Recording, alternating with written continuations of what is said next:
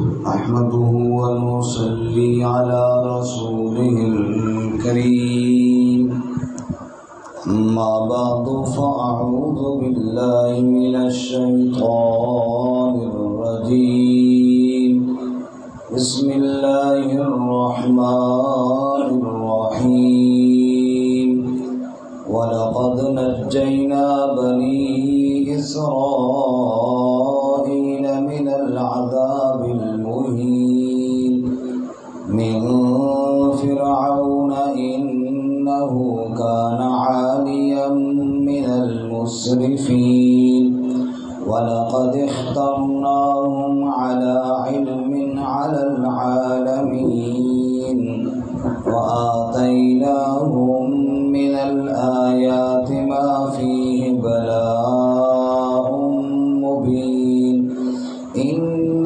هؤلاء ليقولون إن هي إلا موتتنا الأولى وما نحن بمنشرين فأتوا بآبائنا إن كنتم صادقين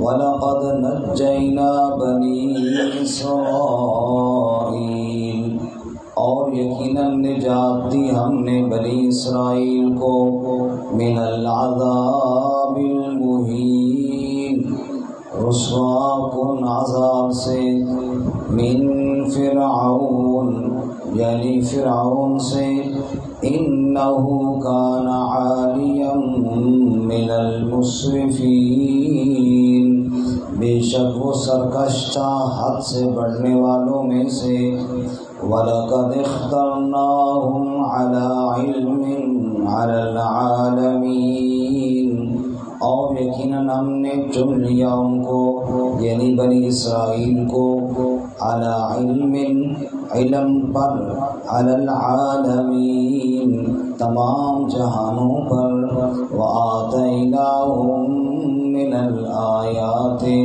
اور دی ہم نے ان کو نشانیاں ما فیہ بلاء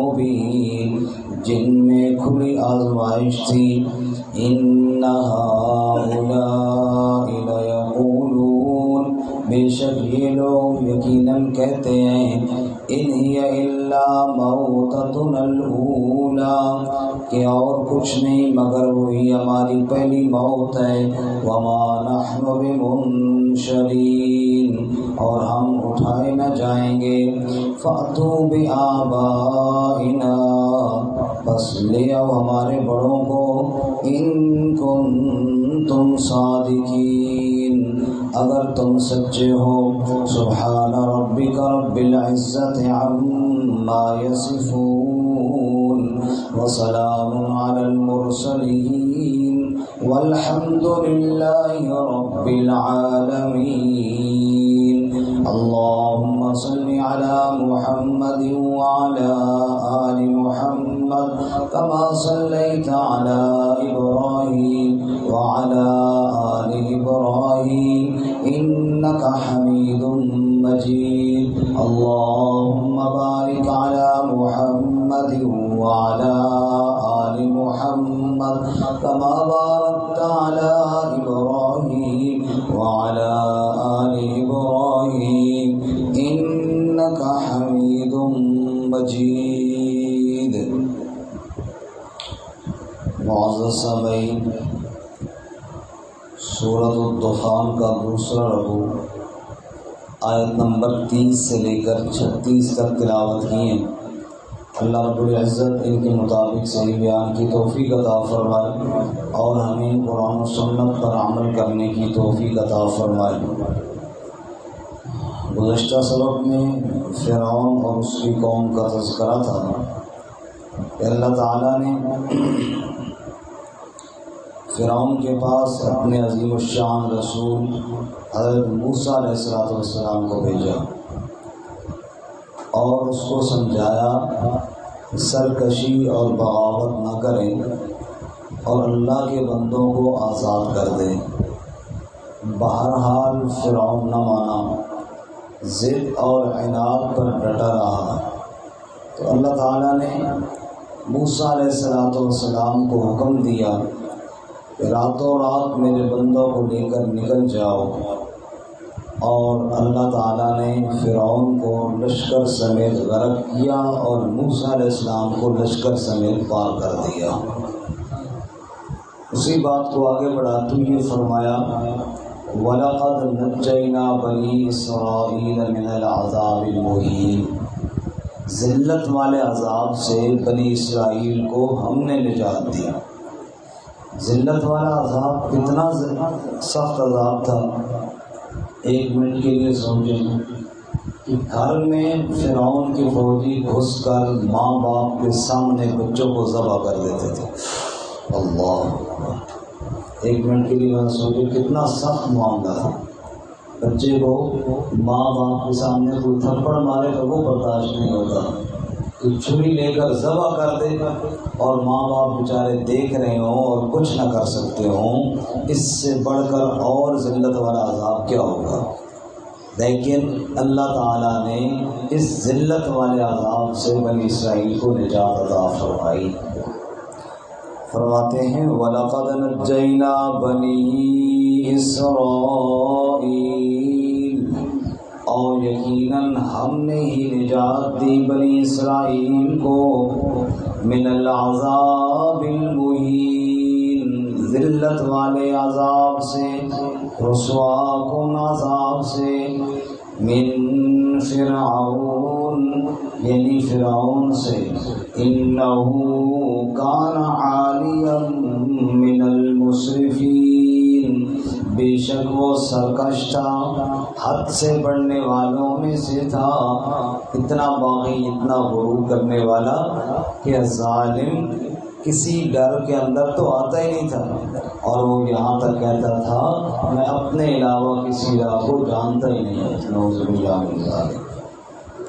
وَلَقَدِ اخْتَرْنَاهُمْ عَلَىٰ عِلْمٍ عَلَى الْعَالَمِينَ، اور یقیناً ہم نے ان کو چن لیا، بنی اسرائیل کو چن لیا، عَلَىٰ عِلْمٍ عَلَى الْعَالَمِينَ، لفظی معنی ہے علم پر، جہان والوں پر۔ اس کے دو مطلب ہیں کہ بنی اسرائیل کو ہم نے علم پر چن لیا، تمام جہانوں پر چن لیا۔ ایک مطلب تو یہ ہے کہ بنی اسرائیل کے اندر بھی کوتاہیاں بہت تھیں، لیکن اللہ تعالیٰ کی علم میں تھی، اس کے باوجود اللہ نے ان کو چن لیا، یعنی ان کی کوتاہیوں اور ان کی غلطیوں کے باوجود، چونکہ فرعون ظالم تھا، اس کو ذلیل کرنا تھا، اس کے مقابلے میں یہ بنی اسرائیل ایمان والے تھے اور مظلوم تھے، ان کی جو غلطیاں تھیں اللہ کے علم میں تھیں، لیکن ان غلطیوں کے باوجود اللہ تعالیٰ نے ان کو چن لیا، کہ فرعون کو غرق کر دیا اور بنی اسرائیل کو نجات عطا فرمائی۔ اسی طرح میدان طی میں بنی اسرائیل کے سائے کا انتظام کیا اور بادلوں کا سایہ فرما دیا، من اور سلوہ ان پر نازل کر دیا، وغیرہ وغیرہ۔ یہ ساری چیزیں دیں، اللہ کے علم میں تھا کہ ان کی غلطی ہے۔ دوسرا مطلب یہ ہے کہ علیٰ علم سے مراد یہ ہے کہ اللہ نے بنی اسرائیل کو جو چنا تھا وہ علم پر چنا تھا، یعنی علم ان کو عطا کیا اور یہ اللہ نے ان کو چنا، جیسا کہ اللہ نے تورات موسیٰ علیہ السلام کے ذریعے بنی اسرائیل کو عطا فرمائی۔ فرعون کے پاس تو مال پیسہ تھا، فرعون کے پاس تو حکومت تھی، اور بنی اسرائیل کو اللہ نے چنا، ان کو یہ نہیں کہ مال و دولت بہت عطا کیا بلکہ علم پر چنا اللہ تعالیٰ نے، اور یہ بہت بڑی دین ہے۔ حضرت سیدنا علی المرتضیٰ رضی اللہ تعالیٰ عنہ کا ایک شعر ہے، فرماتے تھے رضینا قسمت الجبار فینا، رضینا قسمت الجبار فینا، لنا علم وللجہال معلوم، ہم تو اپنے اللہ کی قسمت پر بڑے راضی ہیں، اللہ کی تقسیم پر بڑے خوش ہیں، لنا علم وللجہال معلوم، کہ اللہ نے ہمیں علم عطا فرمایا اور جاہلوں کو مال عطا فرمایا، اللہ نے ہمیں اپنا قرآن عطا کیا اس کا علم عطا فرمایا، ہم اللہ کے فیصلے پر بڑے راضی ہیں۔ اور آگے حضرت علی فرماتے ہیں فَإِنَّ الْمَالَ سَيُفْنَى عَنْ قَرِيبٍ وَإِنَّ الْعِلْمَ بَاقٍ لَا يَزَالُ۔ مال تو ان قریب فنا کر دیا جائے گا، مال تو ان قریب ختم ہو جائے گا، وَإِنَّ الْعِلْمَ بَاقٍ لَا يَزَالُ۔ علم وہ دولت ہے جس پہ زوال نہیں، ہمیشہ باقی رہنے والی دولت ہے۔ سب کو الحمدللہ۔ اللہ نے ہمیں روزانہ صبح سویرے اٹھ کر قرآن مجید پڑھنے کی، سننے کی، سیکھنے کی، سمجھنے کی توفیق عطا فرمائی۔ سب کو الحمدللہ۔ تو یہ علم پر جو اللہ نے جن کو چنا ہے، یہ اللہ کا بہت بڑا انعام ہے۔ فرمایا وَلَقَدِ اخْتَرْنَاهُمْ عَلَىٰ عِلْمٍ عَلَى الْعَالَمِينَ۔ یقیناً ہم نے ان کو چن لیا علم پر، تمام جہانوں پر۔ علم کی وجہ سے میں نے عظمت عطا فرمائی۔ آدم علیہ السلام کو جو فرشتوں پر عظمت ملی تو علم کی وجہ سے ملی تھی۔ اور ایک مقام پر اللہ فرماتے ہیں نا قُلْ هَلْ يَسْتَوِي الَّذِينَ يَعْلَمُونَ وَالَّذِينَ لَا يَعْلَمُونَ۔ علم والا اور بے علم برابر نہیں۔ تو علم کی بڑی عظمت ہے۔ خود اللہ اپنے نبی صلی اللہ علیہ وسلم کو جو دعا سکھاتے ہیں رب زدنی علما، اے میرے رب میرے علم میں اضافہ فرما۔ تو علم اللہ تعالیٰ کی بہت بڑی نعمت ہے، کیونکہ علم ذریعہ ہے عمل کا۔ علم نہ ہو تو عمل نہیں، عمل نہیں تو اللہ کی رضا نہیں۔ تو علم بنیاد ہے۔ اللہ ہم سب کو علم نافع عطا فرمائے۔ ایک ہوتا ہے علم نافع جس سے نفع ملے، اور ایک ہوتا ہے محض جھگڑے جدال کے لیے علم، تاکہ میں بڑا بنوں اور دوسروں کے اوپر جناب اپنی علمیت کا روب جھاڑوں اور دوسروں کو جاہل قرار دوں اور جھگڑے کروں۔ اور میں اس علم سے اللہ ہماری حفاظت فرمائے۔ ایسا علم تو شیطان کے پاس بھی تھا، جس نے کہا تھا میں آگ سے بنا ہوں، آدم مٹی سے بنا ہے، تو اس علم نے تو اس کو متکبر کر دیا۔ یہ والا علم نہیں، علم نافع۔ رسول اللہ صلی اللہ علیہ وسلم کی دعا ہے اللہم ارزقنی علما نافعا ورزقا واسعا وعملا متقبلا وشفاء من کل داء۔ اے اللہ علم وہ عطا فرما جو نفع دینے والا ہو، رزق وہ عطا فرما جو میری ضرورتوں کو پورا کرنے والا ہو، عمل وہ عطا فرما جو تیری بارگاہ میں قبول ہونے والا ہو۔ سبحان اللہ، کیسی خالص دعا کری۔ اللہ ہم سب کو علم نافع عطا فرمائے۔ بہرحال وَلَقَدِ اخْتَرْنَاهُمْ عَلَىٰ عِلْمٍ عَلَى الْعَالَمِينَ۔ علم کی بات آئی تو ایک اور بات عرض کروں۔ علم تکبر سے نہیں، عاجزی سے آتا ہے۔ اس پر مثال عرض کروں کہ ایک تو یہ ہے کہ درس قرآن تو سارے سنتے ہیں، لیکن وہ ساتھی جو بالکل عاجز بن کے دوبارہ قرآن مجید کو کھول کے پڑھتے ہیں، پوچھتے ہیں، ان کو یاد ہوتا ہے، باقی آنے کو یاد نہیں ہوتا ہے۔ جتنا اس میں عاجزی کر کے محنت ہوگا اتنا ہی علم آئے گا۔ امام ابو حنیفہ رحمۃ اللہ علیہ کے پاس دو بھائی پڑھتے تھے، باپ بیٹا پڑھتے تھے، ایک بڑا تھا ایک چھوٹا تھا۔ تو بڑا جو تھا نا وہ بڑا بن کر بیٹھتا تھا کلاس میں، تو جب بڑا بن کے کلاس میں بیٹھتا تھا تو امام صاحب رحمۃ اللہ علیہ اتنی خاص توجہ اس پہ نہیں کرتے، چھوٹا بن کے بیٹھتا تھا، اسے بات سمجھاتے تھے۔ ایک دن اس بڑے نے کہا حضرت آپ اس چھوٹے کو صحیح سمجھاتے ہیں، میرے طرف توجہ ہی نہیں کرتے، حالانکہ میں بڑا ہوں۔ حالانکہ امام صاحب نے فرمایا کہ حالانکہ میں بڑا ہوں، جس دن تیرے دماغ سے نکل گیا نا اس دن تجھے بھی صحیح سمجھاؤں گا۔ تیرے دماغ کے اندر یہ بات ہے کہ میں بڑا ہوں، تو بڑا نہیں ہونا۔ فرمایا علم کے اندر 3 حرف ہیں، عین، لام اور میم۔ علم عین، لام اور 3 ہی چیزوں سے علم حاصل ہوتا ہے۔ عین سے عطاء الہی، سب سے پہلے اللہ تعالیٰ کی دین ہوگی تو علم آئے گا، ورنہ نہیں۔ سب سے پہلے اللہ سے مانگنا چاہیے رب زدنی علما۔ پھر ہے لام، لام سے لطف استاد، استاد کی شفقت، استاد کا احترام، استاد کی دعائیں، یہ ساتھ شامل ہوں گی تو علم آئے گا۔ اگر استاد کا بے ادب ہے تو علم نہیں آئے گا۔ صحابہ کرام کو اللہ نے کیا فرمایا؟ لا ترفعوا اصواتکم فوق صوت النبی، نبی کی آواز سے اپنی آواز بھی اونچی نہ کرنا، ادب سے رہنا، تب علم آئے گا۔ اور نمبر 3 تیسرا حرف ہے میم، میم سے محنت، پڑھنے والا جب محنت نہیں کرے گا تب بھی علم حاصل نہیں ہوگا۔ محنت ضروری ہے علم حاصل کرنے کے لیے، کوشش ضروری ہے۔ ابو ہریرہ رضی اللہ تعالیٰ عنہ، بھائی کوئی حدیث کی کتاب آپ اٹھا کے دیکھ لیں، کوئی بڑی سے بڑی اور چھوٹی سے چھوٹی، وہاں پہ آپ کو ابو ہریرہ رضی اللہ عنہ کی روایت ضرور ملے گی۔ ابو ہریرہ فرماتے ہیں مسئلہ صرف یہ تھا کہ میں فقیر آدمی نبی صلی اللہ علیہ وسلم کے پاس ہی رہتا تھا، اور کہیں سے کوئی کھانے کی چیز مل گئی تو کھا لی، ورنہ کئی دفعہ تو بھوک کی وجہ سے بے ہوش بھی ہو جاتا تھا۔ اور پھر نبی صلی اللہ علیہ وسلم جب بھی گفتگو فرماتے میں فوراً ادب سے بیٹھ کر سنتا تھا۔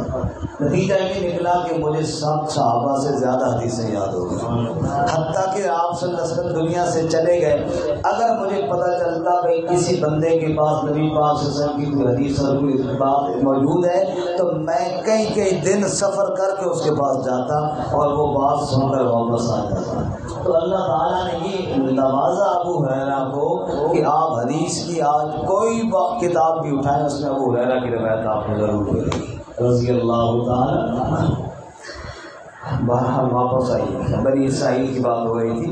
وَلَقَدْ اخْتَرْنَاهُمْ عَلَىٰ عِلْمٍ عَلَى الْعَالَمِينَ، اور یقیناً ہم نے ان کو چن لیا علم پر تمام جہانوں پر۔